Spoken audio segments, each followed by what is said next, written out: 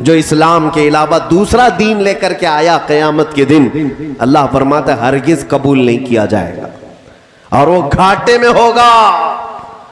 ऐ सुन्नियो, अल्लाह का शुक्र बजा लाओ कि उसने तुम्हें मुसलमान बनाया, उसने तुम्हें एक खुदाए वहदहू ला शरीक की इबादत का कायल बनाया है।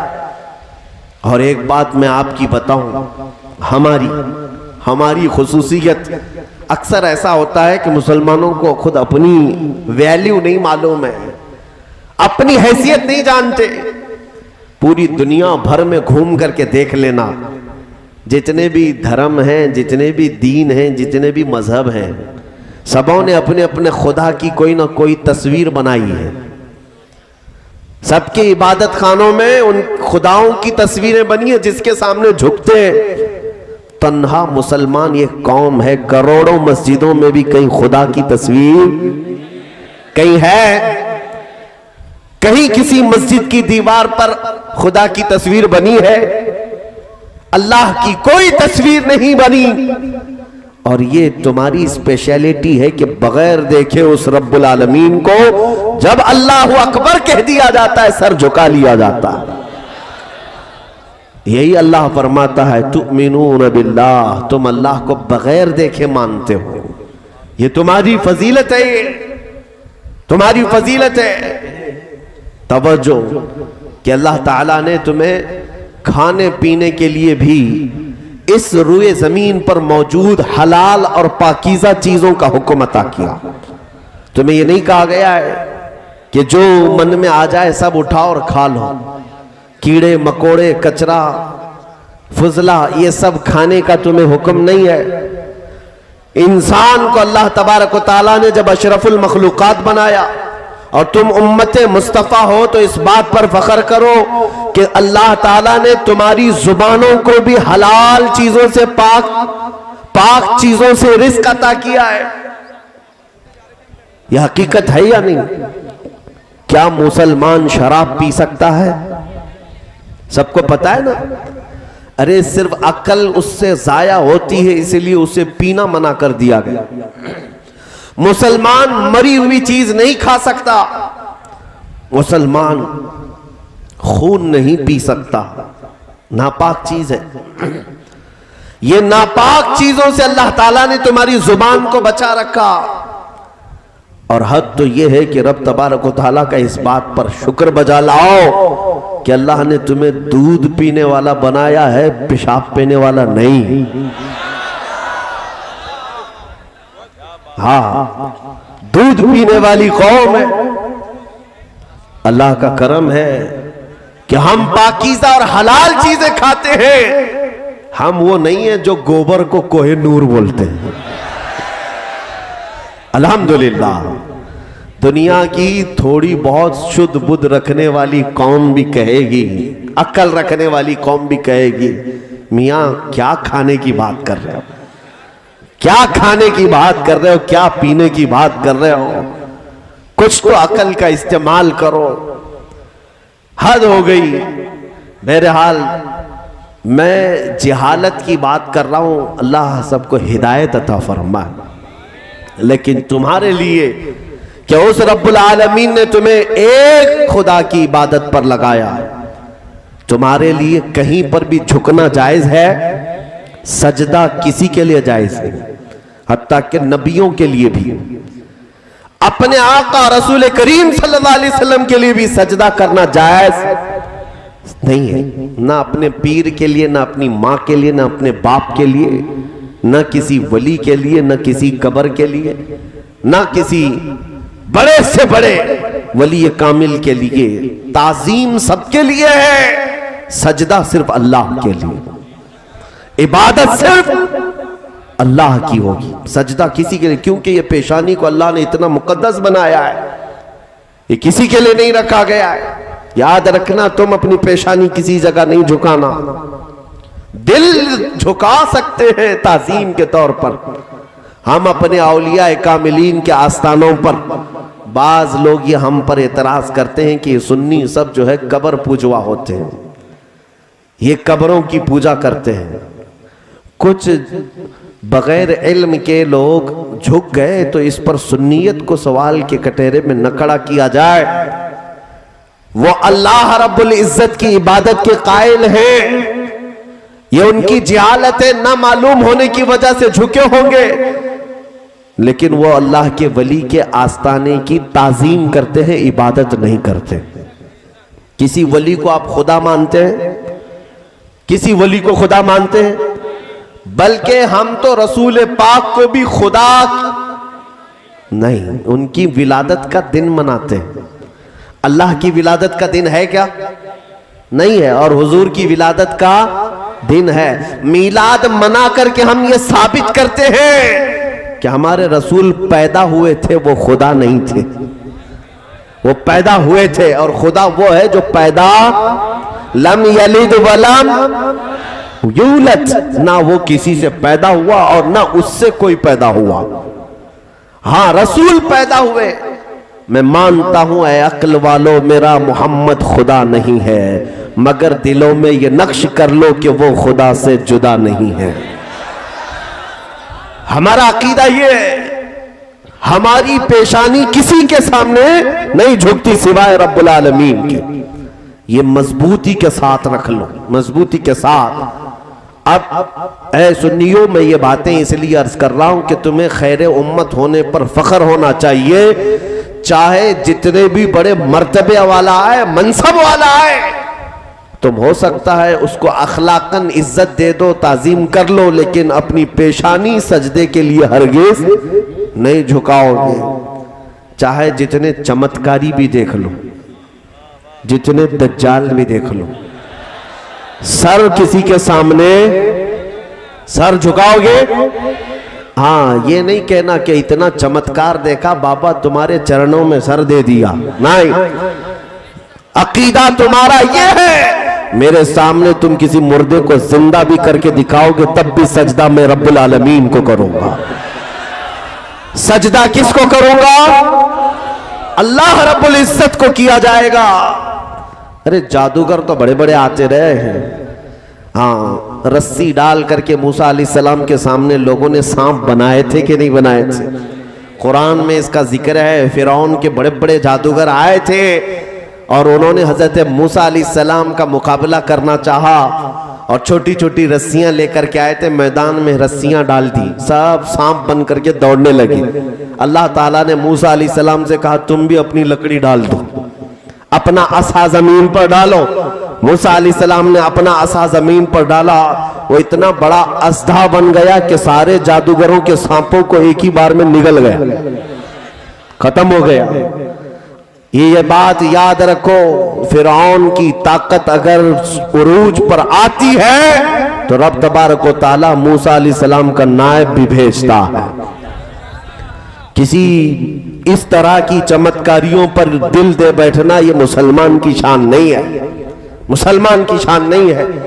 मेरे अजीजों, ये तमाम बातें तुम्हारे अकीदे से रिलेटेड है। मैं आपको ये कह रहा हूं, अल्लाह ने तुम्हारे पेशानी को महफूज रखा, तुम्हारी जुबान को भी महफूज रखा, तुम्हें हलाल खिलाया और हलाल खाने का हुक्म दिया, हलाल खाने का हुक्म दिया है। हराम चीजें तुम्हें ज़ेब नहीं देती। न तुम मुर्दा खाओगे, न तुम खून पियोगे, न तुम शराब पियोगे, न तुम पेशाब पियोगे, न तुम गोबर खाओगे। नहीं, अल्लाह ने पाकीज़ा चीजें दी हैं, वो पाकीज़ा चीजें ही खाकर दुनिया से जाएंगे। ये बात सही है। ईमान वालों, अल्लाह रब्बुल इज्जत की इन अताओं पर शुक्र बजा लाओ।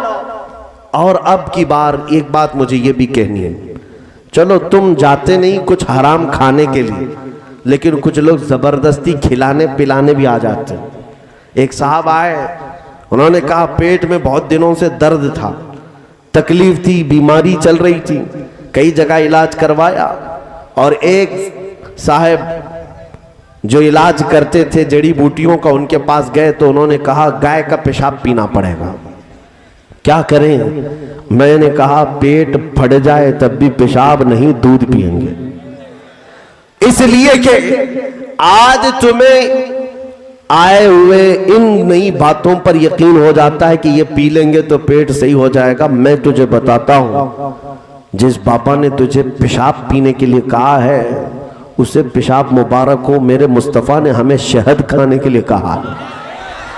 और कुरान कहता है फीही शिफाउल लिन्नास, उसमें इंसानों की शिफा है। मियाँ शहद वो चीज है जिसको पूरी दुनिया इज्जत से देखती है और इतनी मिठास कि मीठे में उसकी मिसाल दी जाती है। सिर्फ मीठा ही नहीं, उसमें दवा भी है। सिर्फ ये हमारी बातें नहीं, साइंस भी उसके दवा होने पर मुहर लगाता है कि शहद के अंदर कितनी ज्यादा नफा बख्श चीजें मौजूद हैं, लोगों के फायदे हैं। और आप इन तमाम चीजों को याद रखें, कहीं से भी कोई इलाज आए लेकिन हराम तरीके का होगा तो उसमें शिफा नहीं होगी। हमें नहीं जाना है। कभी कभार अकीदा इतना कमजोर हो जाता है लोगों का, बच्चा रोने लग गया, किसी ने मशवरा दे दिया जाओ फलां पत्थर के ऊपर थोड़ा तेल चढ़ा के आ जाओ, जाओ किसी दरख्त के पास एक धागा बांध करके आ जाओ। ये सब चीजें अगर तुम करने लग गए तो तुम्हारा ईमान कैसे मजबूत रहेगा? तुम्हारा ईमान कैसे मजबूत? क्या तुम पत्थरों के अकीदे वाले हो? क्या तुम दरख्तों के अकीदे वाले हो? अरे वो चीजें ऐसी हैं जो अल्लाह ने तुम्हारे नफे के लिए बनाया है, तुम्हारे लिए मुसख्खर किया है। चांद और सूरज को भी हम पूजा नहीं करते क्योंकि अल्लाह ताला ने उनको सिर्फ हमारी रोशनी के लिए बनाया, उनको हमारे नफा के कामों के लिए बनाया है, इबादत के लिए नहीं बनी ये चीजें। हम खाने काबा की तरफ देखकर नमाज भी पढ़ते हैं तो कोई ये ना समझे कि हम खाने काबा की इबादत करते हैं, हरगिज नहीं। खाने काबा की कोई इबादत नहीं करता, बल्कि वो एक सेंट्रलाइज करने के लिए, सबके चेहरे एक तरफ करने के लिए मरकज बनाया गया, सिर्फ चेहरा काबे की तरफ, लेकिन इबादत अल्लाह की होती। इबादत किसकी? अल्लाह की। मैं आज अकीदे पर बात कर रहा हूं आपके, आज अकीदे पर बात इसलिए कर रहा हूं कि हालात ऐसे आ गए कि लोग ये सोचने लग गए कि थोड़ा सा बहुत इधर उधर कर लें तो क्या हो जाता है। नहीं, बहुत होता है। या तो फिर तुम्हारे पास दो ही ऑप्शन है, ईमान का दामन पकड़े रहना है, हुजूर के कदमों में रहना है, तो फिर इन तमाम बातिल अकीदों से तौबा करना होगा। कभी कुफ्र की तरफ मुंह उठाकर नहीं देखना, कभी शिर्क की तरफ चेहरा ना करना। अगर आखिरत में जन्नत चाहिए, आखिरत में रसूलुल्लाह की रफाकत चाहिए, आखिरत में रब ताला की बख्शिश चाहिए, तो फिर दुनिया में तुम्हें कुफ्र और शिर्क की तरफ नहीं देखना है। अल्लाह के साथ किसी को शरीक नहीं ठहराना, किसी और के सामने अपने सर सजदे के लिए नहीं झुकाना, हलाल चीजों को अपना रिस्क बनाना, हराम चीजों से अपने आप को बचाए रखना। आज के लिए तुम्हारे लिए बड़े चैलेंजेस हैं। ऐ सुन्नियों, अपने बच्चों की ये तरबियत करते जाओ कि हालात जैसे भी सख्त हो जाए, तुम अपनी रिवायात पर कायम रहो। अल्लाह की मदद आकर रहेगी इंशाअल्लाह, अल्लाह की मदद आएगी। हो सकता है कभी भूखा रहना पड़े, हो सकता है कभी हमें परेशान हाल होना पड़े, लेकिन रात के बाद उजाला तो आता है। रात हमेशा नहीं रहती, सूरज निकलता है। हमारी जिंदगी में अगर कठिनाइयां आई हैं, मुसीबतें आई हैं, तो इन मुसीबतों के अंधेरे को छटना है और एक दिन उजाला आएगा। एक दिन इस उम्मते मुस्तफा पर आबो ताप के साथ चांद चमकेगा और फिर तुम्हारी खोई हुई इज्जत और वकार तुम्हें वापस अता की जाएगी। शर्त सिर्फ इतनी है, अल्लाह कुरान में फरमाता है, कुल इन कुंतुम तुहिब्बूनल्लाह फत्तबिऊनी। ऐ महबूब, आप इनसे कह दे, अगर तुम अल्लाह से मोहब्बत करते हो तो मेरे पीछे चलो। हुजूर के पीछे चलना है, हुजूर के तरीके पर चलना है, हुजूर पाक सल्लल्लाहु तआला अलैहि वसल्लम को शरीयत का असल मानना है, तो क्या होगा? युहिब्बुकुमुल्लाह, अल्लाह खुद तुमसे मोहब्बत फरमाएगा। इमाम मुजद्दिद अल-फसानी रहमतुल्लाह तआला अलैह, अभी आपका उर्स मुबारका आज ही है, तकरीबन आज ही है। मुजद्दिद अहमद सरहिंदी रदी अल्लाह तआला, आप लिखते हैं, जो बंदा शरीयत पर जितना मजबूती से कायम होता है, अल्लाह की उतनी ज्यादा उसे मारिफत मिलती, वो अल्लाह से उतना ही करीब होता है। और जो हुजूर की शरीयत को और तरीकत को छोड़ करके अलग अंदाज इख्तियार करता है, वो ढोंग तो कर सकता है, अल्लाह का करीबी नहीं हो सकता, अल्लाह का करीबी नहीं हो सकता। अभी सुनिए, एक बात मैं आपको बताता हूं, हालात कैसे भी आ जाए। हजरत शेख अब्दुल हक मुहद्दिस देहलवी फरमाते हैं कि आप जब हिंदुस्तान तशरीफ लाए थे, इल्म हदीस का काम कर रहे थे, हुजूर की हदीसें बयान करते लोगों को। अब हालात ऐसे थे कि आप मदीने तैयबा के ऐसे आशिक थे कि रोजाना दिन भर पढ़ाने के बाद शाम होती, रात होती, आंखें बंद करके बैठ जाते और ख्वाब में हुजूर सल्लल्लाहु अलैहि वसल्लम की जियारत होती थी। रोजाना का मामूल था, रोजाना का मामूल था, हुजूर की हाजिरी होती थी। वो हुजूर पाक के दरबार की जियारत करते थे, मुराकबे में, मुकाशफे में। एक दिन ऐसा हुआ, हजरत शेख अब्दुल हक मुहद्दिस देहलवी जा रहे थे, रास्ते से गुजरते हुए एक बयाबान था, वीरान जगह थी, वहां एक झोपड़ी थी, उसमें एक बुजुर्ग बैठे थे, मुरीदीन कसरत से थे। सुनो, पीर कैसा हो, मुरीद कैसे हो, तवज्जो, जिसके भी पीछे चल पड़ते हो ये हमारा ईमान नहीं है। हर किसी के आगे पीछे भीड़ लगा लेना ये हमारा शिवा नहीं है। शेख अब्दुल हक मुहद्दिस देहलवी फरमाते हैं, गुजर रहा था तो उस बुजुर्ग का बड़ा चर्चा था, बड़े अल्लाह वाले हैं, बड़े पहुंचे हुए मुरीदीन हमेशा जमा हो रहते थे और एक झोपड़ी में वो बैठे हुए। फरमाते हैं मुहद्दिस देहलवी कि मैं जब वहां से गुजरा तो मुरीदीन से उनके पूछा क्या मेरी भी मुलाकात हो जाएगी? कहा आइए हम आपकी मुलाकात करवाते हैं। अंदर ले गए, वो एक पलंग पर विराजमान थे, बैठे हुए थे और उनके इर्द गिर्द मुरीदों का जमघटा था। वो आंखें बंद किए लोगों को कुछ नसीहतें कर रहे थे, बड़े पहुंचे हुए बुजुर्ग। तवज्जो, शेख मुहद्दिस देहलवी फरमाते मैं करीब जाकर बैठ गया। तसव्वुफ की बातें थी, मारिफत की बातें थी, सब ठीक था। थोड़ी देर के बाद उनके बगल में एक घड़ा, एक मटका भरा हुआ था, उसमें शराब रखी हुई थी और प्याला भर भर करके वो सबको पिला रहे थे।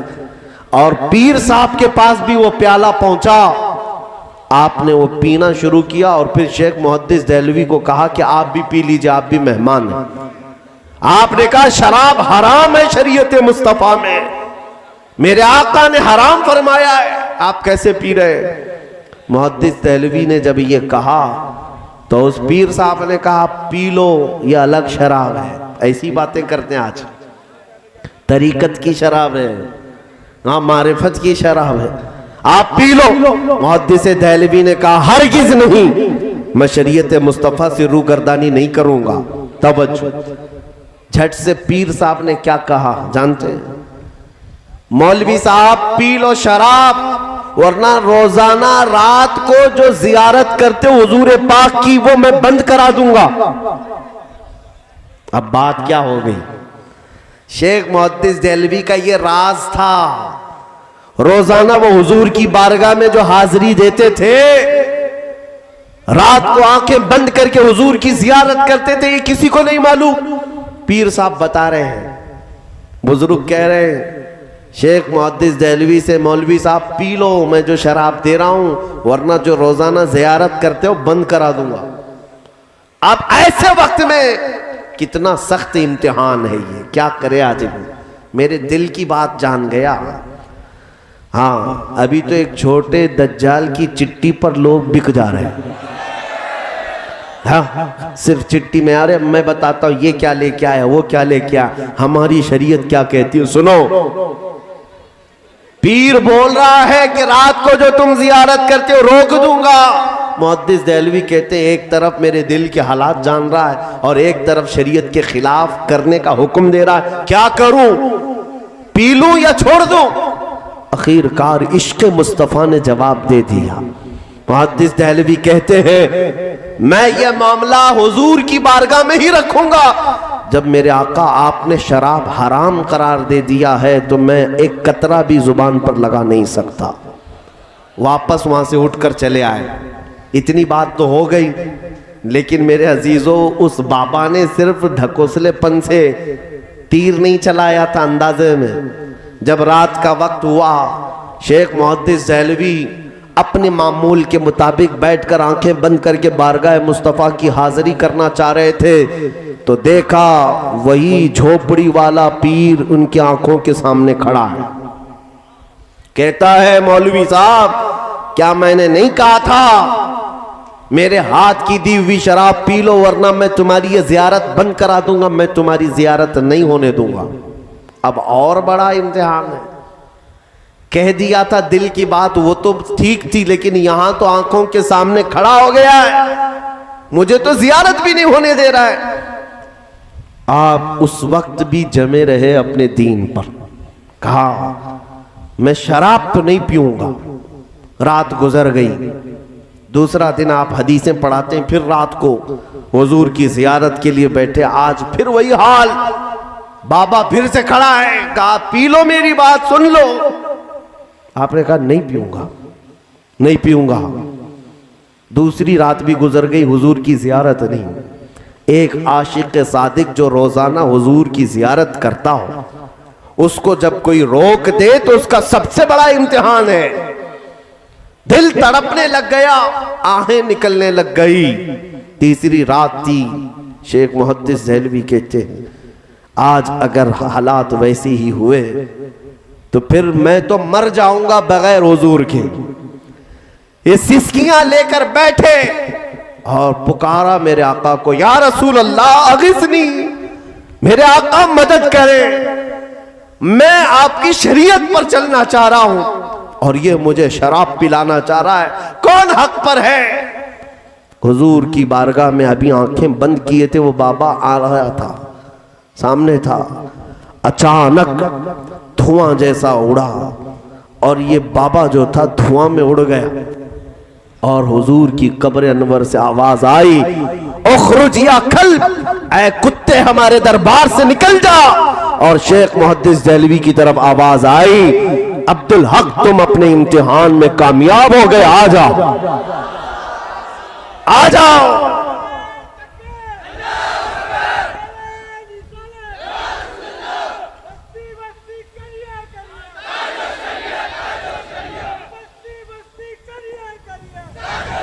ये है मेरे दीन और ईमान का इम्तिहान। शेख मुहद्दिस देहलवी शादां व फरहां खुश हो गए। अरे बारगाह मुस्तफ़ा की अब हाजिरी 2 दिन के बाद मिली है। एक आशिक सादिक की आंखें चमक गई, दिल जो बेकरार था करार में आ गया, चैन सुकून में आ गए।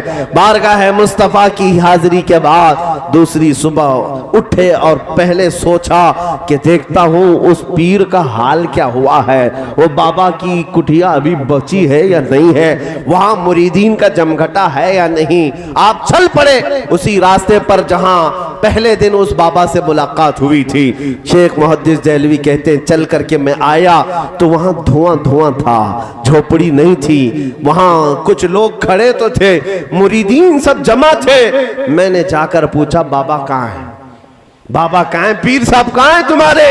कहा अजीब हादसा हो गया, कल रात को अचानक पता नहीं क्या हो गया, हमारा पीर साहब कुत्ता बना और बाहर निकलकर भाग गया।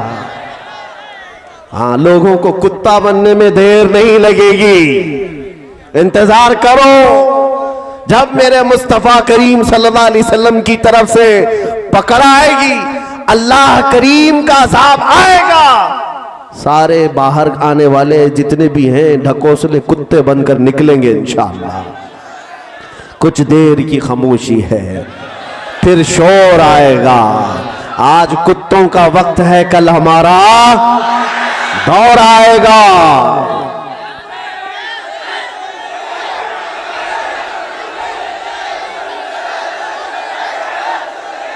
लब्बैक या रसूल अल्लाह।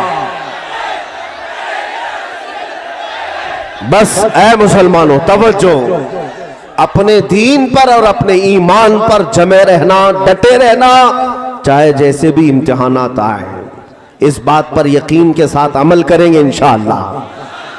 और ऐ सुन्नियों, हम तो करबला वाले हैं, है या नहीं? हाँ, हमारा ताल्लुक वो यजीद को रहमतुल्लाह अलैह कहने वाले जोकरों से नहीं है, हमारा ताल्लुक हुसैन आजम की कदम, उनके कदमों के जर्रों से वाबस्ता है। अल्हम्दुलिल्लाह। तो आपसे मैं ये बात कहना चाहता हूं कि ईमान तुम्हारे साथ है, अल्लाह की जात पर यकीन है। पूरी दुनिया ही सब कुछ नहीं, आखिरत में तो देखना है। आखिरत पर ईमान है।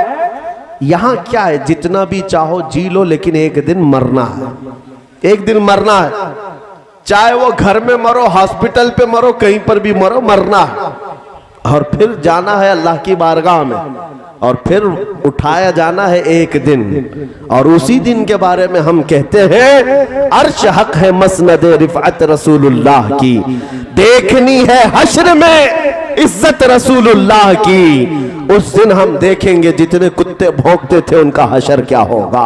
और फिर तुम आज उस नबी के नाम लेवा हो, तुम्हारा हशर भी देखा जाएगा क़यामत के दिन। हशर में मुनादी ये ऐलान करेगा, कहां है वो अजमत रसूल की बात करते थे, कहां है वो अल्लाह के हबीब की बात करते थे, कहां है वो नबी पाक के दामन से वाबस्ता रहते थे। हद तो ये है मेरे अजीजों, खुद मेरे आका फरमाते हैं, एक सहाबी ने पूछा, आका क़यामत के दिन आपका हाल क्या होगा, आप कहां होंगे? हुजूर फरमाते हैं, मेरी कैफियत ये होगी कि मेरे एक कंधे पर चादर होगी और वो खसक खसक करके गिर रही होगी। मैं अपने एक हाथ से चादर संभाल रहा होगा और दूसरे हाथ से अपने उम्मतियों को पकड़ पकड़ कर जन्नत में ले जा रहा होगा।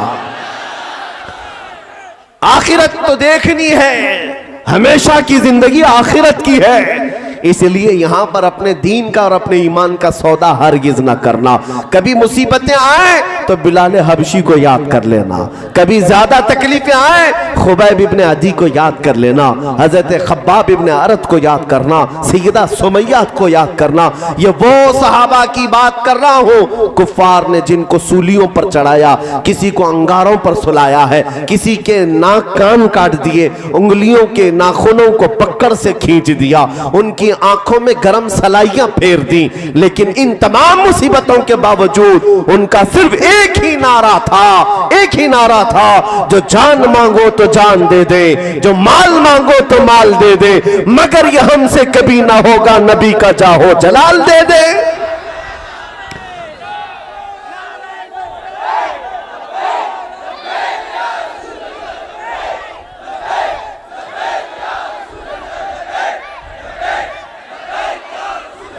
मेरी तकरीर का मतलब ये नहीं होता। अभी 2 दिन पहले एक साहब हमसे इंटरव्यू लेते हुए कह रहे थे कि आपको चुनौतियां लेने में शौक है क्या? हमने कहा हम चुनौतियां लेते नहीं है, देते। कौन इस्लाम को चुनौती देता है? कौन है?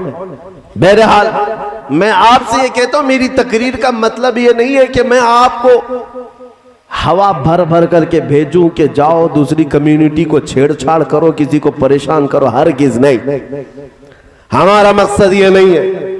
हम हिंदुस्तान में सदियों से जीते आए, हम किसी के कत्ल गारत, किसी के तहस नहस करने के मशवरे तो नहीं देते और ना ही खुफिया प्लानिंग करते हैं। हाँ, बात इतनी करते हैं कि हम सबके साथ जीते हैं, लेकिन अगर कोई कुत्ता हुजूर की तरफ भौंकने लगे तो फिर उसकी गर्दन भी पकड़ते हैं और उसकी जुबान को भी पकड़ते हैं। जब तक हो मुझे गालियां देना है दे ले, मेरी माँ को मेरे बाप को कोसना है कोस, मेरे खानदान को बुरा भला कहना है कह ले, लेकिन हुजूर की तरफ अगर उंगली उठाया तो फिर हम जवाब देते रहेंगे, क्योंकि ये हमारा ईमान है। और इस वक्त भी खामोश रहना ये बेगैरती की सबसे बड़ी मिसाल है। वो आदमी सबसे बड़ा बेगैरत है जो रसूल पाक सल्लल्लाहु अलैहि वसल्लम के लिए गैरतमंद नहीं हो सकता, जो हुजूर के लिए गैरत नहीं रखता वो सबसे बड़ा बेगैरत है। जिस रसूल ने रात रात भर खड़े होकर हमारी बख्शिश की दुआएं की हैं, जो रसूल मेराज की शब हमें नहीं भूले, अपनी कब्र में ना भूले और हश्र में हमारे लिए शफाअत करे, उस रसूल की इज्जत के लिए अगर कोई खामोश रहता है तो दुनिया का सबसे बड़ा एहसान फरामोश और सबसे बड़ा बेगैरत आदमी है, सबसे बड़ा बेगैरत आदमी। बहरहाल मेरा मैसेज तो आज सिर्फ आपके लिए इतना ही था कि इम्तिहानात आएंगे। शेख अब्दुल हक मुहद्दिस देहलवी की हिकायत में तुम्हारे सामने इसलिए रखा कि अगर तुम्हारी जिंदगी में कभी कोई इस तरह के आए कहे कि मैं तुम्हारे दिल के हालात जानता हूं, बताता हूं, तो पागल मत हो जाना। हाँ, और अभी तो बाबाओं का तो ऐसा धंधा, इतना बड़ा बिजनेस है, इतना बड़ा बिजनेस है। मुंबई तो बाबाओं की कान है, उनकी दुकानें इतनी बड़ी बड़ी हैं, आप देख करके हैरत में रह जाएंगे। और सबसे ज्यादा शिकार इन बाबाओं की औरतें होती हैं। साइकोलॉजी, नफ्सियात पर इतना इनका कंट्रोल होता है। और दो तीन बातें तुम्हारी लगती हुई कहें जो कॉमन हर एक की जिंदगी में रहती हैं, और तुम कहते अरे मेरे तो दिल की बात जानता है। मैं आपकी कई चीजें ऐसी बता सकता हूं जो आपने मुझसे शेयर नहीं किया। आओ बैठो, मैं थोड़ी देर में आपको बताऊंगा। लेकिन इसका मतलब ये नहीं कि मैं गैब का इल्म जानता हूं, बल्कि ये वो चीजें हैं जो कॉमन हैं, सबके साथ होती हैं, सबके साथ होती रहती हैं। और इन बातों पर तुम दिल दे बैठते हो। ऐसी चीजों की वजह से ईमान खराब होता है, दीन खराब होता है। आप हरगिज इन बातों पर यकीन न करेंगे। हां, आपका मुक्तदा वो है, आपका लीडर वो है जो हुजूर के पीछे चल रहा हो, जो रसूल पाक की तरफ ले जाता हो, फिर उसके पीछे चलने में कोई हरज नहीं, क्योंकि बखुदा खुदा का यही है दर, नहीं और कोई मफर मकर जो वहां से हो यहीं आके हो, जो यहां नहीं तो वहां नहीं। हुजूर का दरबार छोड़ करके कोई दरवाजा है? हमारे अल्लाह तक पहुंचने के लिए वही दरवाजा है। शरीयत मुस्तफ़ा को थामना होगा, उस रास्ते पर चल करके ही अल्लाह तक पहुंचोगे। और अगर कोई कहता है शॉर्टकट जाएंगे, तो फिर शॉर्टकट गिरेगा भी और शॉर्टकट मरेगा भी। इसलिए कि आला हजरत फरमाते हैं, या रसूल अल्लाह, जो तेरे दर से यार फिरते हैं, दर बदर यूं ही खार फिरते हैं। जो हुजूर को छोड़ करके इधर उधर भागता है, तो फिर वो जिल्लत और खारी का शिकार होता है। हमने देखा है कुत्तों की से भी बदतर जिंदगी हो जाती है, कुत्तों से भी बदतर जिंदगी हो जाती है। हाँ, हुजूर अकरम सल्लल्लाहु ताला अलैहि वसल्लम की शान में जितनी भी गुस्ताखियां करने वाले अब तक आए, एक बार करने के बाद जिंदगी भर उनको छुप छुप कर जीना पड़ता है। कहीं पर भी रहें, किसी भी कंट्री में रहें, छुप छुप करके जीना पड़ता है। किसी ने कहा नहीं उनको छुप कर जियो, बल्कि दिल में खौफ इतना भर जाता है, पता नहीं कब कहां मौत आ जाएगी। 8 साल का भी मुसलमान का बच्चा उनके सामने जाए तो उनको एटम बम लगने लगता है। हुजूर की गुस्ताखी करने के बाद चैन और सुकून गारत हो जाता है। हुजूर पर भौंकने के बाद उन गुस्ताखों की जिंदगी ऐसी हो गई कि वो डर डर कर सहम सहम कर जीने पर मजबूर हो जाते हैं। डर लगता है, खौफ लगने लगता है। लेकिन मेरे अजीजों, हुजूर की अजमत बयान करने के बाद, हुजूर की वफादारी करने के बाद मैं अपना तजुर्बा बताता हूं, चैन और सुकून बढ़ ही जाता है, इज्जतें बढ़ जाती हैं। हुजूर पाक सल्लल्लाहु ताला अलैहि वसल्लम की अजमत बताने के बाद आपको दुनिया में डर करके नहीं, बल्कि बेखौफ होकर जीने की जिंदगी दी जाती है। इसीलिए आपसे भी मैं ये कहता हूं, हुजूर के वफादार रहो और बेखौफ होकर जीते रहो।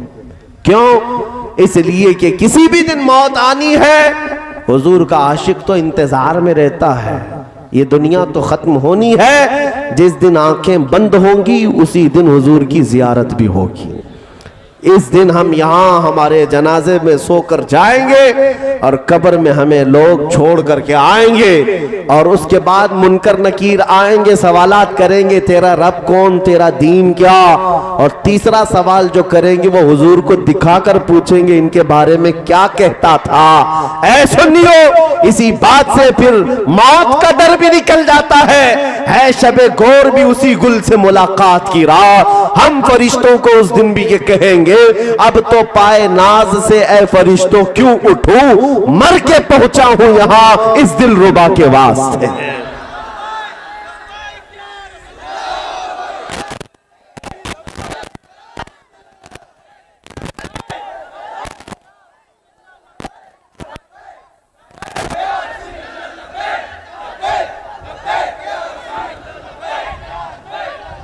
तवज्जो, आप तमाम हजरात को इन बातों का ख्याल रखना है कि अपने दीन और ईमान पर मजबूती से कायम रहेंगे इंशाअल्लाह। और एक बात मैसेज देता हूं, हालात रोज कुछ ना कुछ अखबार आते रहेंगे, ये बढ़ती जाएंगी चीजें। ट्रेन में किसी आतंकवादी ने 3 मुसलमानों को मार दिया, फिर कहीं से किसी टेररिस्ट आतंकवादी ने मुसलमानों को सिर्फ गोश्त के नाम पे हिलाक कर दिया, कहीं मॉब लिंचिंग किया, ये सब खबरें आती रहती हैं। कुछ इसको सीरियस लेने की जरूरत नहीं।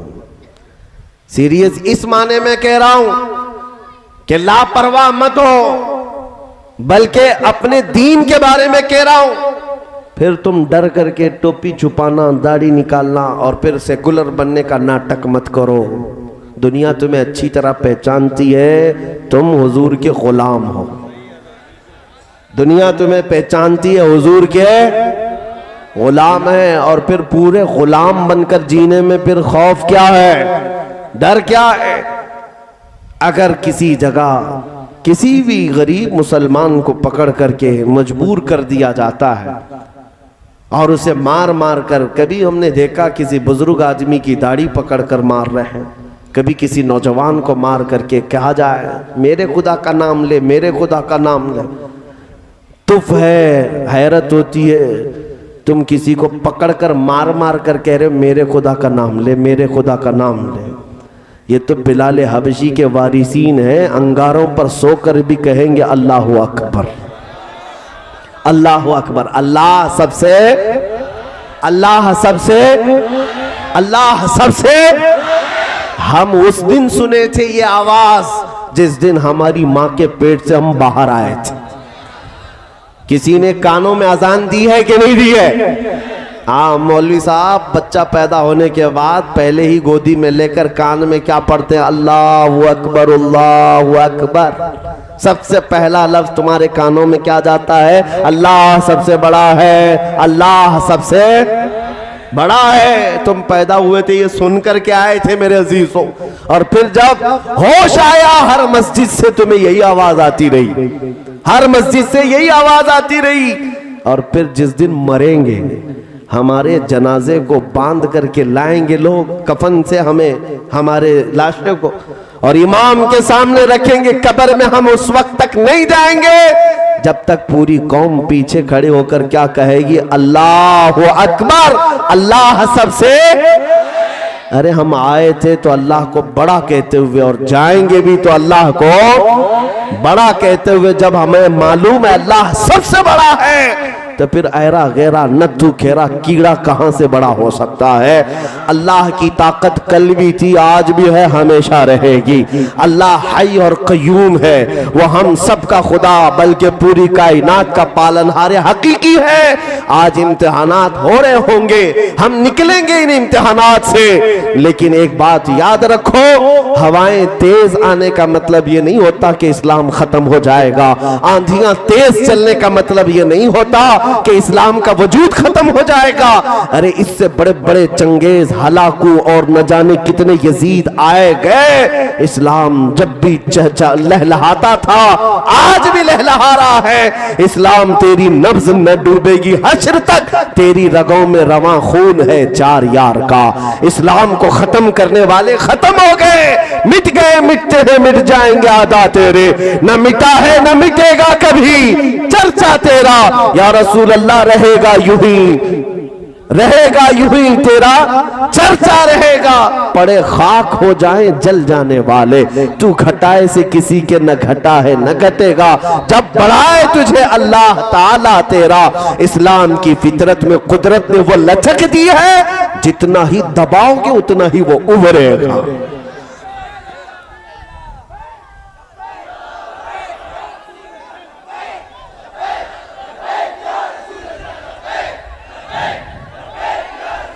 अब मेरा आखिरी मैसेज ये सुनो।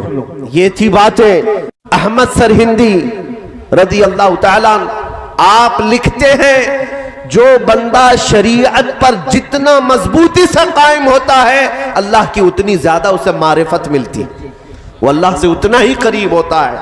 और जो हुजूर की शरीयत को और तरीकत को छोड़ करके अलग अंदाज इख्तियार करता है, वो ढोंग तो कर सकता है, अल्लाह का करीबी नहीं हो सकता, अल्लाह का करीबी नहीं हो सकता। अभी सुनिए एक बात मैं आपको बताता हूं, हालात कैसे भी आ जाए।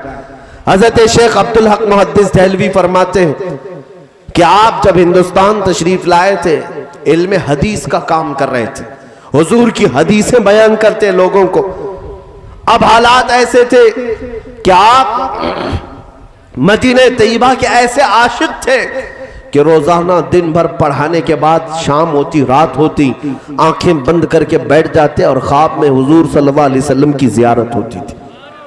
रोजाना का मामूल था, रोजाना का मामूल था, हुजूर की हाजिरी होती थी, वो हुजूर पाक के दरबार की जियारत करते थे, मुराकबे में, मुकाशफे में। एक दिन ऐसा हुआ, हजरत शेख अब्दुल हक मुहद्दिस देहलवी जा रहे थे, रास्ते से गुजरते हुए एक बयाबान था, वीरान जगह थी, वहां एक झोपड़ी थी, उसमें एक बुजुर्ग बैठे थे, मुरीदीन कसरत से थे। सुनो, पीर कैसा हो, मुरीद कैसे हो, तवज्जो, जिसके भी पीछे चल पड़ते हो ये हमारा ईमान नहीं है, हर किसी के आगे पीछे भीड़ लगा लेना ये हमारा शिवा नहीं है। शेख अब्दुल हक मुहद्दिस देहलवी फरमाते हैं, गुजर रहा था तो उस बुजुर्ग का बड़ा चर्चा था, बड़े अल्लाह वाले हैं, बड़े पहुंचे हुए, मुरीदीन हमेशा जमा हो रहते थे और एक झोपड़ी में वो बैठे हुए। फरमाते हैं मुहद्दिस देहलवी कि मैं जब वहां से गुजरा तो मुरीदीन से उनके पूछा क्या मेरी भी मुलाकात हो जाएगी? कहा आइए हम आपकी मुलाकात करवाते। अंदर ले गए, वो एक पलंग पर विराजमान थे, बैठे हुए थे और उनके इर्द गिर्द मुरीदों का जमघटा था। वो आंखें बंद किए लोगों को कुछ नसीहतें कर रहे थे, बड़े पहुंचे हुए बुजुर्ग। तवज्जो, शेख मुहद्दिस देहलवी फरमाते मैं करीब जाकर बैठ गया, तसव्वुफ की बातें थी, मारिफत की बातें थी, सब ठीक था। थोड़ी देर के बाद उनके बगल में एक घड़ा, एक मटका भरा हुआ था, उसमें शराब रखी हुई थी और प्याला भर भर करके वो सबको पिला रहे थे। और पीर साहब के पास भी वो प्याला पहुंचा, आपने वो पीना शुरू किया और फिर शेख मुहद्दिस देहलवी को कहा कि आप भी पी लीजिए, आप भी मेहमान हैं। आपने कहा शराब हराम है शरीयत मुस्तफा में, मेरे आका ने हराम फरमाया है, आप कैसे पी रहे? मुहद्दिस देहलवी ने जब ये कहा तो उस पीर साहब ने कहा पी लो, ये अलग शराब है। ऐसी बातें करते हैं आज, तरीकत की शराब है, हाँ मारिफत की शराब है, आप पी लो। मुहद्दिस देहलवी ने कहा हरगिज नहीं, मैं शरीयत मुस्तफा से रूगर्दानी नहीं करूंगा। तवज्जो, झट से पीर साहब ने क्या कहा जानते हैं? मौलवी साहब पी लो शराब, वरना रोजाना रात को जो जियारत करते हो हुजूर पाक की वो मैं बंद करा दूंगा। अब बात क्या हो गई? शेख मुहद्दिस देहलवी का ये राज था, रोजाना वो हुजूर की बारगाह में जो हाजिरी देते थे, रात को आंखें बंद करके हुजूर की जियारत करते थे, ये किसी को नहीं मालूम। पीर साहब बता रहे हैं, बुजुर्ग कह रहे हैं शेख मुहद्दिस देहलवी से, मौलवी साहब पी लो, मैं जो शराब दे रहा हूं, वरना जो रोजाना जियारत करते हो बंद करा दूंगा।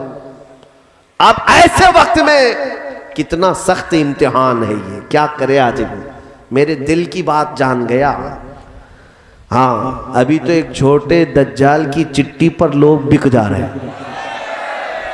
हाँ, सिर्फ चिट्ठी में आ रहे, मैं बताता हूं ये क्या लेके आया, वो क्या लेके आया, हमारी शरीयत क्या कहती है। सुनो, पीर बोल रहा है कि रात को जो तुम जियारत करते हो रोक दूंगा। मुहद्दिस देहलवी कहते हैं एक तरफ मेरे दिल के हालात जान रहा है और एक तरफ शरीयत के खिलाफ करने का हुक्म दे रहा है, क्या करूं, पी लूं या छोड़ दूं? आखिरकार इश्क मुस्तफा ने जवाब दे दिया। मुहद्दिस देहलवी कहते हैं मैं ये मामला हुजूर की बारगाह में ही रखूंगा, जब मेरे आका आपने शराब हराम करार दे दिया है तो मैं एक कतरा भी जुबान पर लगा नहीं सकता। वापस वहां से उठकर चले आए। इतनी बात तो हो गई, लेकिन मेरे अजीजों उस बाबा ने सिर्फ ढकोसलेपन से तीर नहीं चलाया था अंदाजे में।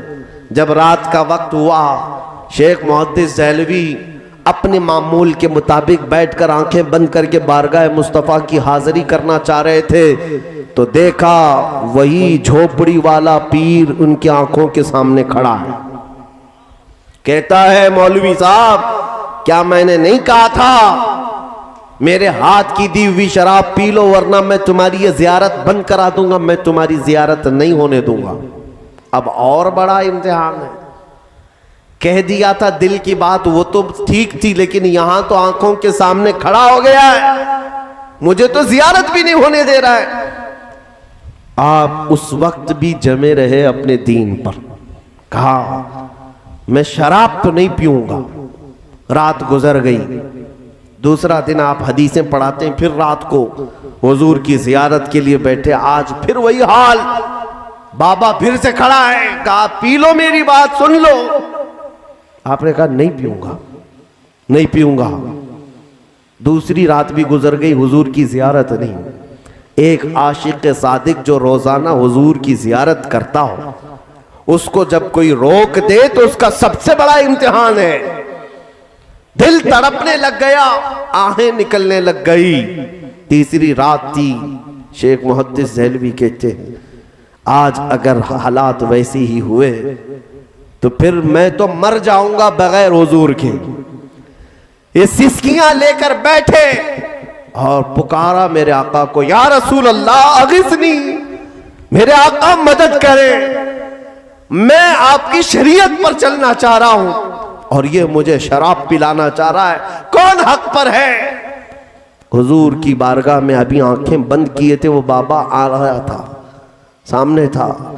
अचानक धुआं जैसा उड़ा और ये बाबा जो था धुआं में उड़ गया और हुजूर की कब्र अनवर से आवाज आई, उखरुज या कल्ब, ऐ कुत्ते हमारे दरबार से निकल जा। और शेख मुहद्दिस देहलवी की तरफ आवाज आई, अब्दुल हक तुम अपने इम्तिहान में कामयाब हो गए, आ जाओ, आ जाओ।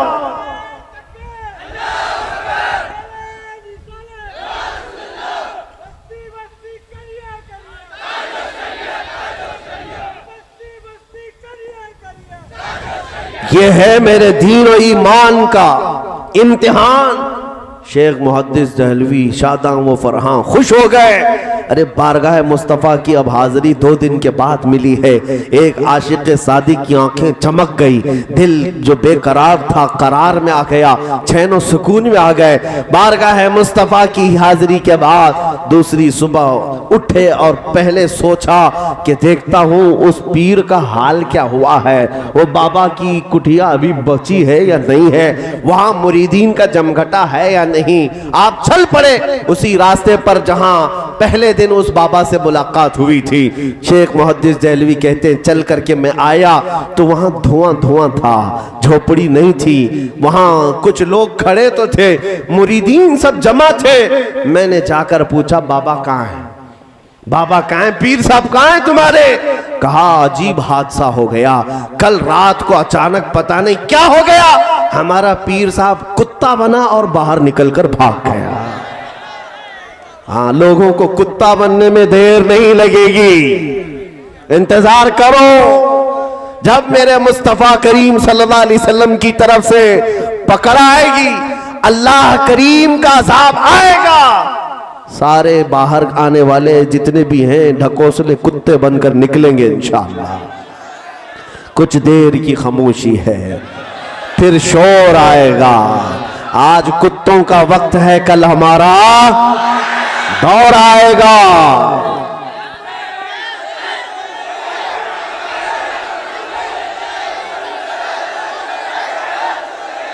लब्बैक या रसूल अल्लाह।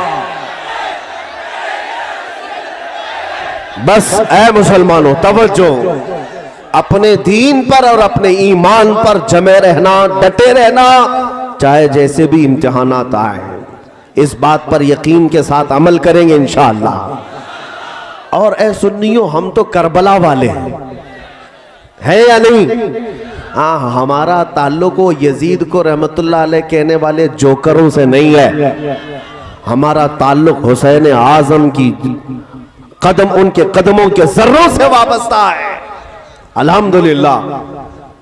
तो आपसे मैं ये बात कहना चाहता हूं कि ईमान तुम्हारे साथ है, अल्लाह की जात पर यकीन है। पूरी दुनिया ही सब कुछ नहीं, आखिरत में तो देखना है। आखिरत पर ईमान है। यहां क्या है, जितना भी चाहो जी लो, लेकिन एक दिन मरना है। एक दिन मरना है, चाहे वो घर में मरो, हॉस्पिटल पे मरो, कहीं पर भी मरो, मरना है। और फिर जाना है अल्लाह की बारगाह में, और फिर उठाया जाना है एक दिन। और उसी दिन के बारे में हम कहते हैं अर्श हक है मसनद रिफअत रसूलुल्लाह की, देखनी है हश्र में इज्जत रसूलुल्लाह की। उस दिन हम देखेंगे जितने कुत्ते भौंकते थे उनका हशर क्या होगा। और फिर तुम आज उस नबी के नाम लेवा हो, तुम्हारा हशर भी देखा जाएगा क़यामत के दिन। हशर में मुनादी ये ऐलान करेगा, कहां है वो अजमत रसूल की बात करते थे, कहां है वो अल्लाह के हबीब की बात करते थे, कहां है वो नबी पाक के दामन से वाबस्ता रहते थे। हद तो ये है मेरे अजीजों, खुद मेरे आका फरमाते हैं, एक सहाबी ने पूछा, आका क़यामत के दिन आपका हाल क्या होगा, आप कहां होंगे? हुजूर फरमाते हैं, मेरी कैफियत ये होगी कि मेरे एक कंधे पर चादर होगी और वो खसक खसक करके गिर रही होगी। मैं अपने एक हाथ से चादर संभाल रहा होगा और दूसरे हाथ से अपने उम्मतियों को पकड़ पकड़ कर जन्नत में ले जा रहा होगा। आखिरत तो देखनी है, हमेशा की जिंदगी आखिरत की है। इसलिए यहां पर अपने दीन का और अपने ईमान का सौदा हरगिज ना करना।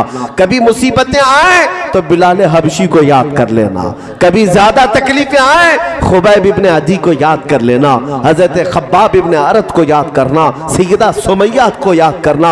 ये वो सहाबा की बात कर रहा हूं, कुफार ने जिनको सूलियों पर चढ़ाया, किसी को अंगारों पर सुलाया है, किसी के नाक कान काट दिए, उंगलियों के नाखूनों को पकड़ से खींच दिया, उनकी आंखों में गरम सलाइयां फेर दी। लेकिन इन तमाम मुसीबतों के बावजूद उनका सिर्फ एक ही नारा था, एक ही नारा था, जो जान मांगो तो जान दे दे, जो माल मांगो तो माल दे दे, मगर यह हमसे कभी ना होगा, नबी का जाहो जलाल दे दे।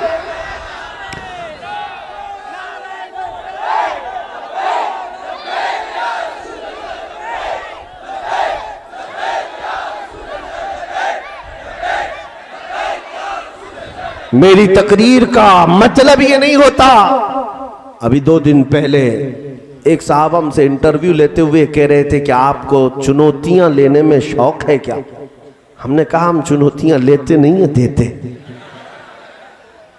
कौन इस्लाम को चुनौती देता है? कौन है? बहरहाल मैं आपसे ये कहता हूं, मेरी तकरीर का मतलब ये नहीं है कि मैं आपको हवा भर भर करके भेजूं कि जाओ दूसरी कम्युनिटी को छेड़छाड़ करो, किसी को परेशान करो। हरगिज नहीं, हमारा मकसद ये नहीं है।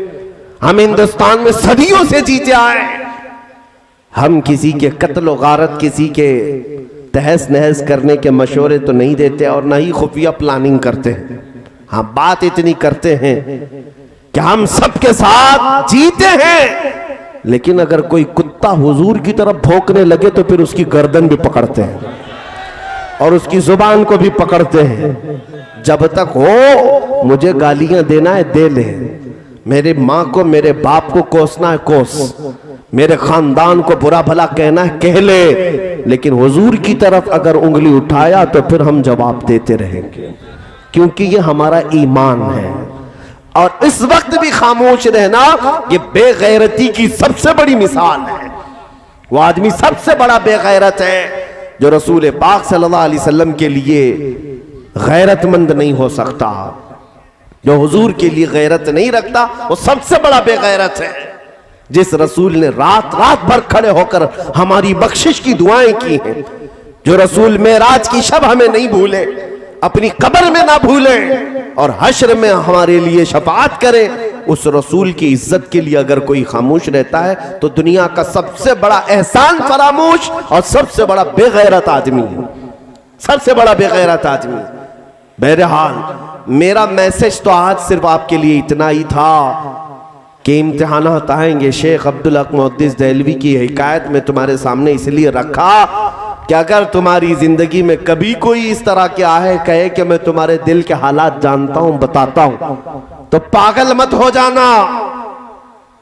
हाँ, और अभी तो बाबाओं का तो ऐसा धंधा, इतना बड़ा बिजनेस है, इतना बड़ा बिजनेस है। मुंबई तो बाबाओं की कान है, उनकी दुकानें इतनी बड़ी बड़ी हैं, आप देख करके हैरत में रह जाएंगे। और सबसे ज्यादा शिकार इन बाबाओं की औरतें होती हैं। साइकोलॉजी, नफ्सियात पर इतना इनका कंट्रोल होता है। और दो तीन बातें तुम्हारी लगती हुई कहें जो कॉमन हर एक की जिंदगी में रहती हैं, और तुम कहते अरे मेरे तो दिल की बात जानता है। मैं आपकी कई चीजें ऐसी बता सकता हूं जो आपने मुझसे शेयर नहीं किया। आओ बैठो, मैं थोड़ी देर में आपको बताऊंगा। लेकिन इसका मतलब ये नहीं कि मैं गैब का इल्म जानता हूं, बल्कि ये वो चीजें हैं जो कॉमन हैं, सबके साथ होती हैं, सबके साथ होती रहती हैं। और इन बातों पर तुम दिल दे बैठते हो। ऐसी चीजों की वजह से ईमान खराब होता है, दीन खराब होता है। आप हरगिज इन बातों पर यकीन न करेंगे। हां, आपका मुक्तदा वो है, आपका लीडर वो है जो हुजूर के पीछे चल रहा हो, जो रसूल पाक की तरफ ले जाता हो। फिर उसके पीछे चलने में कोई हरज नहीं, क्योंकि बखुदा खुदा का यही है दर, नहीं और कोई मफर मकर जो वहां से हो यहीं आके हो, जो यहां नहीं तो वहां नहीं। हुजूर का दरबार छोड़ करके कोई दरवाजा है? हमारे अल्लाह तक पहुंचने के लिए वही दरवाजा है। शरीयत मुस्तफ़ा को थामना होगा, उस रास्ते पर चल करके ही अल्लाह तक पहुंचोगे। और अगर कोई कहता है शॉर्टकट जाएंगे, तो फिर शॉर्टकट गिरेगा भी और शॉर्टकट मरेगा भी। इसलिए कि आला हजरत फरमाते हैं, या रसूल अल्लाह, जो तेरे दर से यार फिरते हैं, दर बदर यूं ही खार फिरते हैं। जो हुजूर को छोड़ करके इधर उधर भागता है, तो फिर वो जिल्लत और खारी का शिकार होता है। हमने देखा है कुत्तों की से भी बदतर जिंदगी हो जाती है, कुत्तों से भी बदतर जिंदगी हो जाती है। हाँ, हुजूर अकरम सल्लल्लाहु ताला अलैहि वसल्लम की शान में जितनी भी गुस्ताखियां करने वाले अब तक आए, एक बार करने के बाद जिंदगी भर उनको छुप छुप कर जीना पड़ता है। कहीं पर भी रहें, किसी भी कंट्री में रहें, छुप छुप करके जीना पड़ता है। किसी ने कहा नहीं उनको छुप कर जियो, बल्कि दिल में खौफ इतना भर जाता है, पता नहीं कब कहां मौत आ जाएगी। 8 साल का भी मुसलमान का बच्चा उनके सामने जाए तो उनको एटम बम लगने लगता है। हुजूर की गुस्ताखी करने के बाद चैन और सुकून गारत हो जाता है। हुजूर पर भौंकने के बाद उन गुस्ताखों की जिंदगी ऐसी हो गई कि वो डर डर कर सहम सहम कर जीने पर मजबूर हो जाते हैं। डर लगता है, खौफ लगने लगता है। लेकिन मेरे अजीजों, हुजूर की अजमत बयान करने के बाद, हुजूर की वफादारी करने के बाद मैं अपना तजुर्बा बताता हूं, चैन और सुकून बढ़ ही जाता है, इज्जतें बढ़ जाती हैं। हुजूर पाक सल्लल्लाहु ताला अलैहि वसल्लम की अजमत बताने के बाद आपको दुनिया में डर करके नहीं, बल्कि बेखौफ होकर जीने की जिंदगी दी जाती है। इसीलिए आपसे भी मैं ये कहता हूं, हुजूर के वफादार रहो और बेखौफ होकर जीते रहो। क्यों? इसलिए कि किसी भी दिन मौत आनी है। हुजूर का आशिक तो इंतजार में रहता है। ये दुनिया तो खत्म होनी है, जिस दिन आंखें बंद होंगी उसी दिन हुजूर की जियारत भी होगी। इस दिन हम यहाँ हमारे जनाजे में सोकर जाएंगे और कब्र में हमें लोग छोड़ करके आएंगे, और उसके बाद मुनकर नकीर आएंगे, सवालात करेंगे, तेरा रब कौन, तेरा दीन क्या। और तीसरा सवाल जो करेंगे वो हुजूर को दिखाकर पूछेंगे, इनके बारे में क्या कहता था। ऐ सुन्नियो, इसी बात से फिर मौत का डर भी निकल जाता है शबे गौर भी उसी गुल से मुलाकात की रात। हम फरिश्तों को उस दिन भी ये कहेंगे, अब तो पाए नाज से ए फरिश्तों क्यों उठूं, मर के पहुंचा हूं यहां इस दिल रुबा के वास्ते।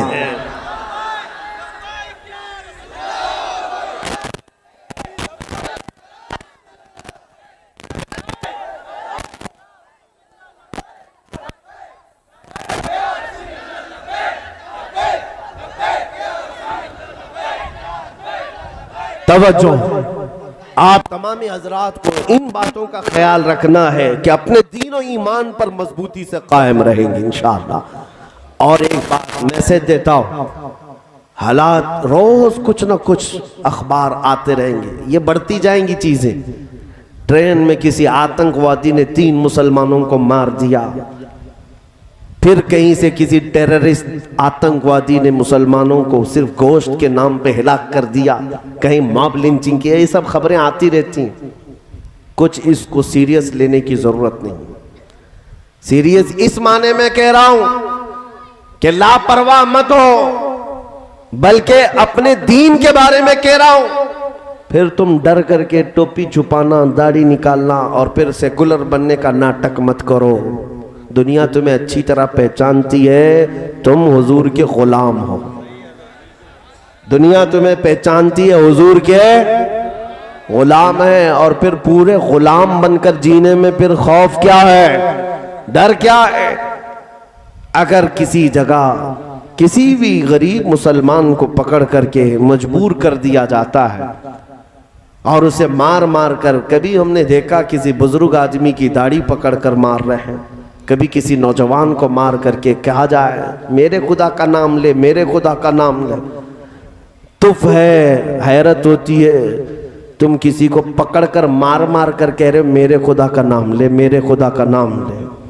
ये तो बिलाल हबशी के वारिसीन हैं, अंगारों पर सोकर भी कहेंगे अल्लाहु अकबर, अल्लाहु अकबर। अल्लाह सबसे, अल्लाह सबसे, अल्लाह सबसे। हम उस दिन सुने थे ये आवाज जिस दिन हमारी मां के पेट से हम बाहर आए थे। किसी ने कानों में अजान दी है कि नहीं दी है? हाँ, मौलवी साहब बच्चा पैदा होने के बाद पहले ही गोदी में लेकर कान में क्या पढ़ते हैं? अल्लाहु अकबर, अल्लाहु अकबर। सबसे पहला लफ्ज तुम्हारे कानों में क्या जाता है? अल्लाह सबसे बड़ा है, अल्लाह सबसे बड़ा है। तुम पैदा हुए थे ये सुनकर के आए थे मेरे अजीजों, और फिर जब होश आया हर मस्जिद से तुम्हें यही आवाज आती रही, हर मस्जिद से यही आवाज आती रही। और फिर जिस दिन मरेंगे हमारे जनाजे को बांध करके लाएंगे लोग कफन से, हमें हमारे लाशों को, और इमाम के सामने रखेंगे कब्र में, हम उस वक्त तक नहीं जाएंगे जब तक पूरी कौम पीछे खड़े होकर क्या कहेगी? अल्लाहु अकबर, अल्लाह सबसे। अरे हम आए थे तो अल्लाह को बड़ा कहते हुए, और जाएंगे भी तो अल्लाह को बड़ा कहते हुए। जब हमें मालूम है अल्लाह सबसे बड़ा है, तो फिर ऐरा गैरा नद्दू खेरा कीड़ा कहां से बड़ा हो सकता है? अल्लाह की ताकत कल भी थी, आज भी है, हमेशा रहेगी। अल्लाह हई और कयूम है, वो हम सबका खुदा बल्कि पूरी कायनात का पालनहार हकीकी है। आज इम्तिहानात हो रहे होंगे, हम निकलेंगे इन इम्तिहानात से, लेकिन एक बात याद रखो, हवाएं तेज आने का मतलब ये नहीं होता कि इस्लाम खत्म हो जाएगा। आंधियां तेज चलने का मतलब ये नहीं होता कि इस्लाम का वजूद खत्म हो जाएगा। अरे इससे बड़े बड़े चंगेज, हलाकू और न जाने कितने यजीद आए गए, इस्लाम जब भी लहलहाता था आज भी लहलहा रहा है। इस्लाम तेरी नब्ज न डूबेगी हश्र तक, तेरी रगों में रवां खून है चार यार का। इस्लाम को खत्म करने वाले खत्म हो गए, मिट गए, मिटते हैं, मिट जाएंगे आदा तेरे, न मिटा है न मिटेगा कभी चर्चा तेरा। या रसूल अल्लाह रहेगा यूं ही, रहेगा यूं ही तेरा चर्चा रहेगा। पड़े खाक हो जाए जल जाने वाले, तू घटाए से किसी के न घटा है न घटेगा। जब बढ़ाए तुझे अल्लाह ताला तेरा, इस्लाम की फितरत में कुदरत ने वो लचक दी है, जितना ही दबाओगे उतना ही वो उभरेगा।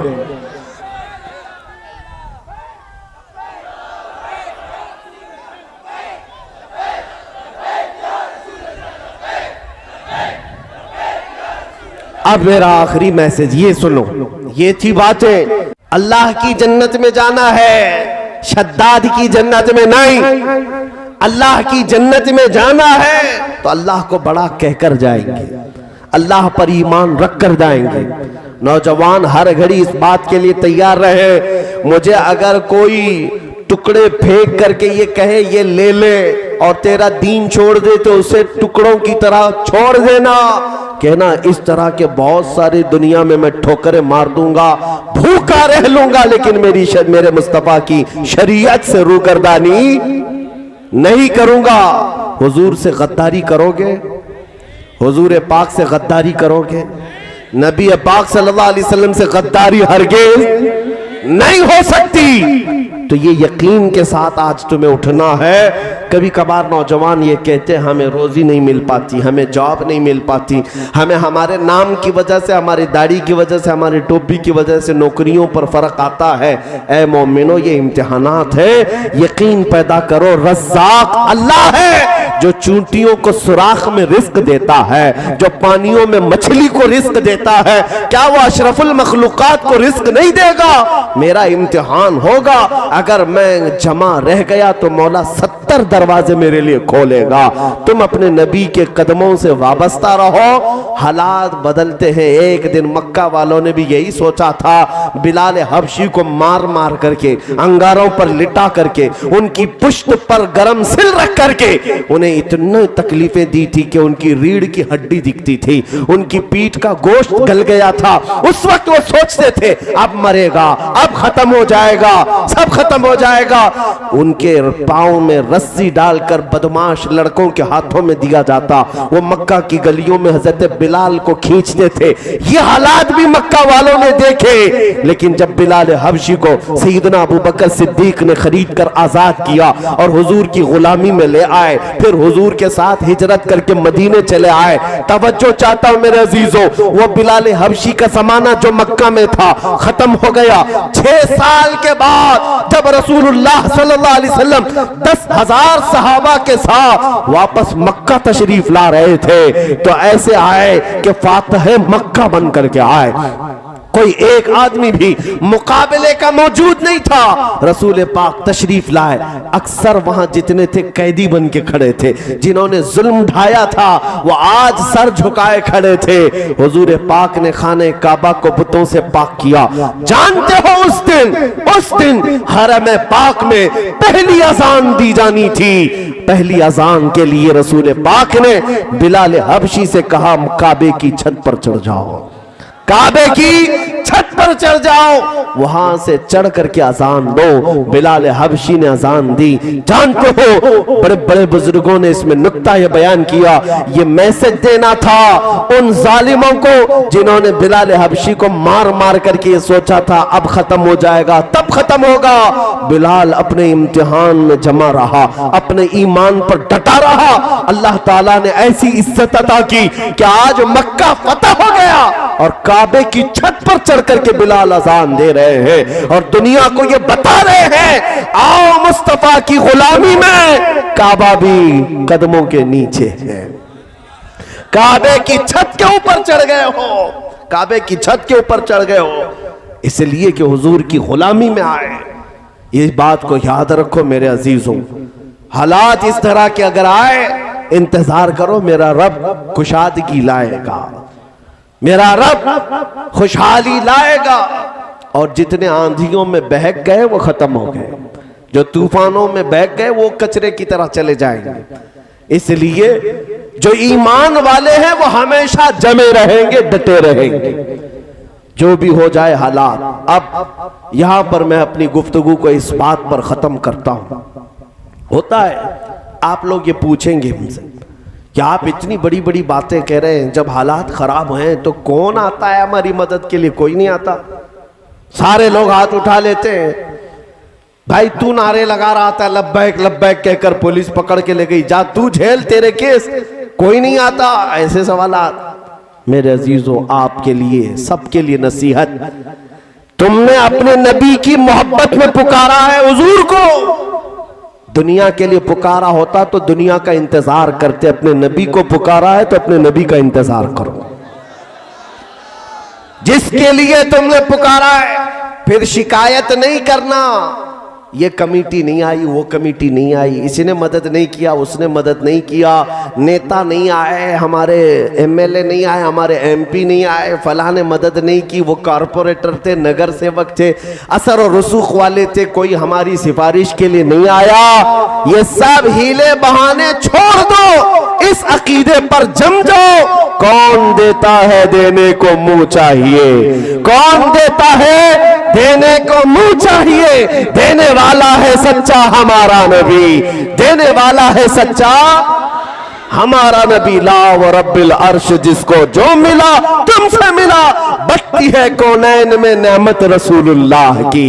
हुजूर से अगर तुम्हारा इश्क है तो ये इतनी बात याद रखना चाहिए, कोई तुम्हारे साथ है या ना है, कोई आए ना आए, मेरा मानना यह है कि अल्लाह का हबीब मेरे साथ है, मुस्तफ़ा करीम की मोहब्बत मेरे साथ है। इतनी दौलत तुम्हारे लिए बहुत बड़ी है, क्योंकि मेरे आका ने फरमाया जो दुनिया में जिससे सबसे ज्यादा मोहब्बत करता था, क़यामत के दिन उसी के साथ उठाया जाएगा।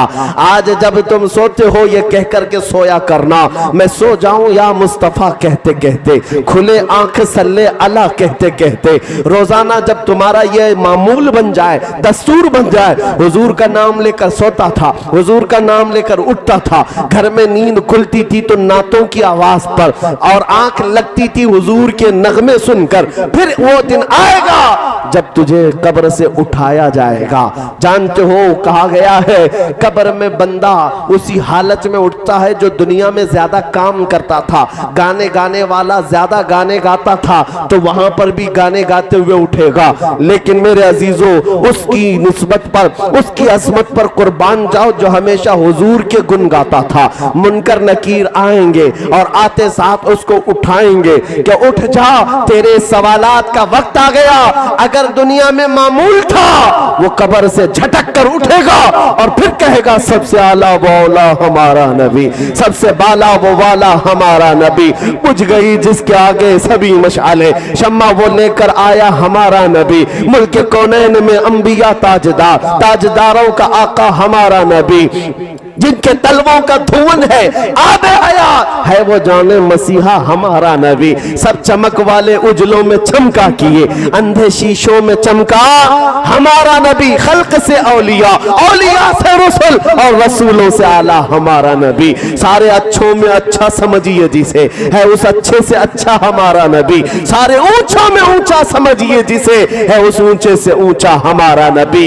जब मोमिने साले दुनिया में इस तरह की जिंदगी गुजारता था तो कब्र में भी मेरे आका की नातें पढ़ते हुए उठेगा। मुनकर नकीर फिर उसकी ये अदा देखकर हो सकता है कि कहे नम का नौमतिल अरूस, सो जा जैसे दूल्हा सोता है, सो जा जैसे दूल्हा सोता है। इसलिए जिंदगी बनाओ मेरे मुस्तफा के कदमों से वाबस्ता रहकर। हालात जैसे भी आएंगे, हुजूर से हम बेवफाई, हुजूर से हम गद्दारी, हुजूर से हम मुंह फेर कर जिंदगी नहीं गुजारेंगे, हुजूर से दूर रहकर जिंदगी नहीं गुजारेंगे। इस बात के साथ मैं गुफ्तगू खत्म करता हूं। सारी दुनिया को चीख चीख करके बताओ, अपना सब कुछ गुंबद खजरा कल भी था और मेरे नबी से मेरा रिश्ता कल भी था, और बतला दो गुस्ताख नबी को गैरत सुन्नी जिंदा है, उन पे मर मिटने का जज्बा कल भी था और आज भी है। लब्बैक या रसूल अल्लाह। जो लिखता